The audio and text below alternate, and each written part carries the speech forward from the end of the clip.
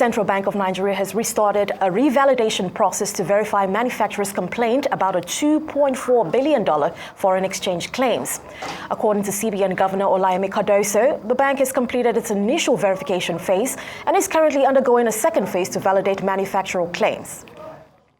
Arise business analyst Chika Mbonu joins me now to discuss this further. Good morning, Mr. Chika. How are you today? Happy. How are you today? Very well, thank you. And yourself? In Lagos, you know? Yes, it really is.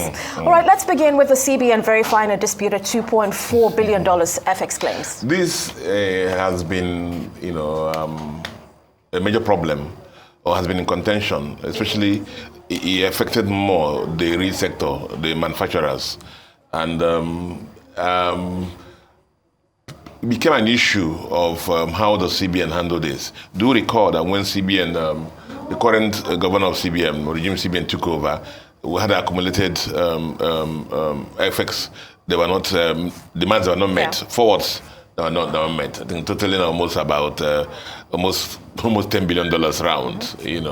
And what CBN did was to send investigators around the banks to go and check the veracity of this request. And by the time when they finished the first phase of the work, they found that $7 billion were, met the threshold, and those demands were met.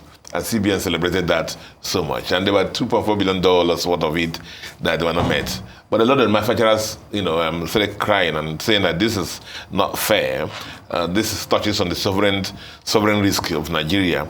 Commitments have been made, and Central Bank should be continuity that these transactions is entered into with the last regime of Central Bank.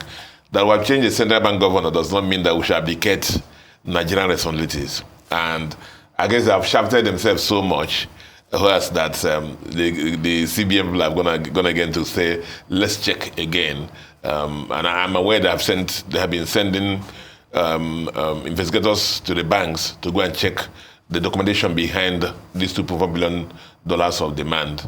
And you had the governor on Tuesday at the Nigerian Economic Summit dinner. He spoke about it, and they're going to check.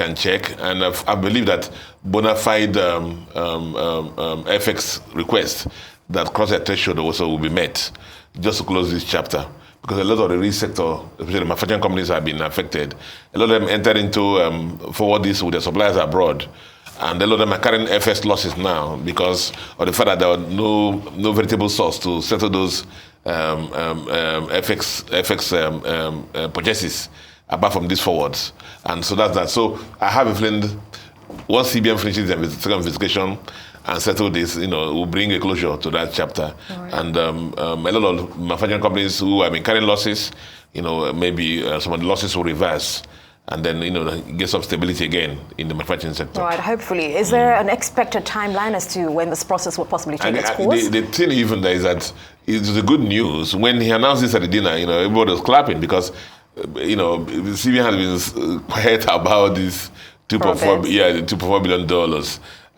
But so now the manufacturers felt good that something was happening. So, he didn't announce a timing, but I have a feeling that sooner than later that this will be closed out. Yeah, we have and those who have supporting documents, just provide them to make sure that demands are genuine.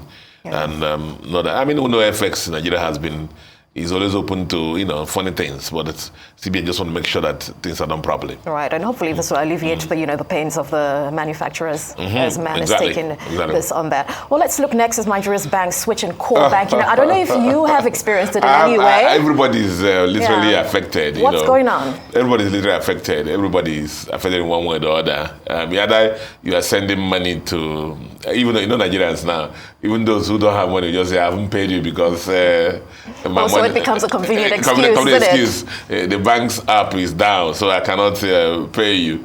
Like I told somebody who was there, I said, don't worry, this one will soon settle. It will soon settle. And I'm speaking to the viewers also, this will soon settle. But you see, the core banking application of banks is very major. It's like the soul of doing the business of the banks. And I do recall the early days of banking in Nigeria when we used to do some of these things on the back of envelope. We didn't have this kind of sophisticated banking apps. Banking maybe was simpler. You could let go, but yet then it was very, very important. So, see, some of these banking apps core banking applications have been with the banks in the 90s. So even though there have been upgrades on those particular apps, but you can imagine they look at back in the 90s, look at even back the early 2000s, and look at where we are now. You know, the transformation. There was no AI in how many years ago? That's that now. The level of online electronic banking in Nigeria has moved to different levels. Literally everything that you do now in banking is on through the electronic channels. Some banks even tell you that more than 90% of the transactions or customers do business through the electronic channels. So that has become the soul of banking in Nigeria. And the issue is that these things can become stale. They have to respond to changes in time. They have, just like everything that has capacity, the capacities or those softwares, have much smaller than the kind of transactions the banks are doing now. So the banks actually have to change them. There's a need to change those core banking apps. That's real. A lot of them choose this period because then by next month they're going to have a year end.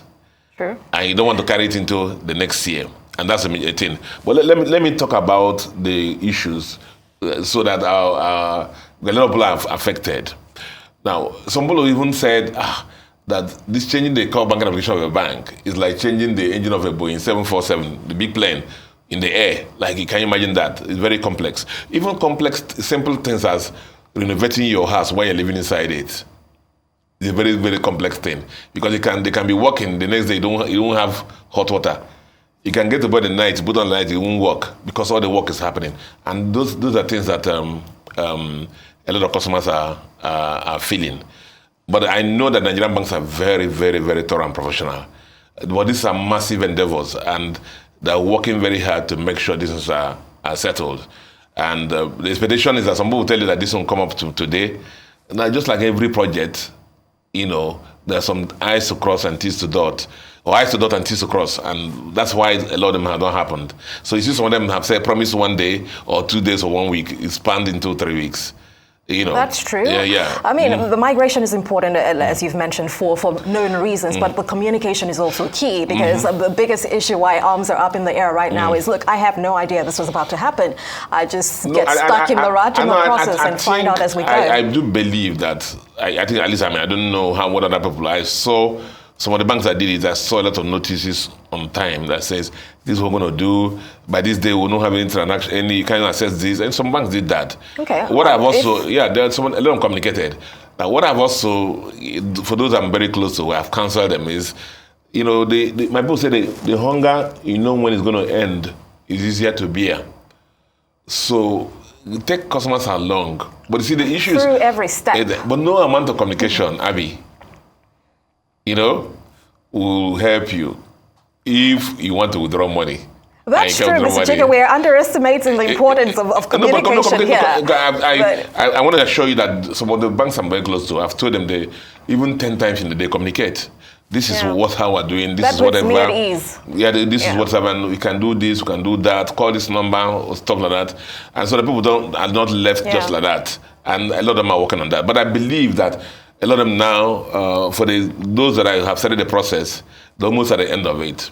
But there's some chinks. So we're talking a number of days, perhaps? Yeah, days. And then one thing I left out was the issue of cybersecurity. That's very important. Very important. And that was one of the major reasons that these things have been done also. The modernization of the banking system. So Nigerian customers